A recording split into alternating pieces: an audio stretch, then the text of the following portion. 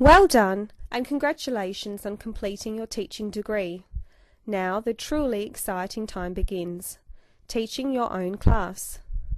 This presentation has been developed as a practical guide for beginning primary school teachers to help you to utilise pedagogical ideas and employ effective teaching practices in your classroom for teaching the whole child. Included in this guide is information regarding how to incorporate pastoral care and student wellbeing practices in the classroom to create a holistic approach to teaching, a range of effective teaching practices to promote good academic outcomes for your students, and a selection of effective classroom resources for the primary school classroom. The emotional, spiritual and physical welfare of your students will impact on both your teaching and their learning. Having a strong pastoral care system at school plays a fundamental role in teaching the whole child. The Victorian Government has recognised that student learning cannot be separated from student welfare. With this in mind, as a beginning teacher, you will need to include pastoral care elements in your planning processes. You can show care to your students by being friendly and approachable. Greet your students each day with a warm smile and welcome them into the classroom. Getting to know your students as individuals and their families will help you to create a positive and respectful relationship with every child. Learning your students' names and using them often. Ask how their weekend was.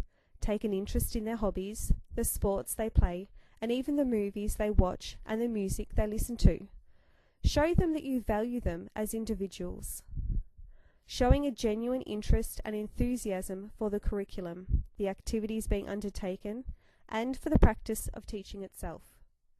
Teachers with higher enthusiasm seem better able to establish good student-teacher relations, and higher enthusiasm seems to manifest itself in higher quality teaching. As a beginning teacher, it will be important for you to draw on your knowledge of pedagogical ideas and practices to promote good academic outcomes for your students. Pedagogy refers to the method and practice of teaching. It is your role as an effective teacher to be able to apply these pedagogical ideas in your teaching practices. Some teaching practices that can promote good academic outcomes for your students include shaping your students' desirable behaviours through reinforcement using rewards. Rewards will always be more effective than sanctions in encouraging good behaviour. Creating a constructivist classroom. Constructivism is a theory of learning which holds that every learner constructs his or her ideas as opposed to receiving them complete and correct from a teacher or authority source. This construction is an internal, personal, and often unconscious process. Constructivist pedagogical ideas embrace a student-centred approach to learning that first requires you to ascertain interest levels and where the students are at prior to studying a topic. As a constructivist teacher, you can then use this point as a beginning for developing an engaging learning plan that will be better placed to cater for the range of abilities and interests in your class. Start from what the children already know and what they understand. Children learn by physically manipulating materials. You can incorporate constructivist activities in your classroom, such as experimental and investigative tasks, model making, excursions, and research projects. An important consideration to make as a primary school teacher is the use of your classroom space. The physical arrangement of your classroom can influence the students' behaviour and learning. Arranging your students' desks in groups will help to facilitate small group discussions and a collaborative approach to learning. If you would like a configuration more conducive to discussions and fluid movement, you might wish to consider a rounded or horseshoe configuration of tables.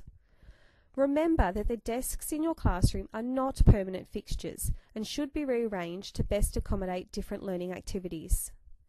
You may consider zoning areas of the classroom for different purposes.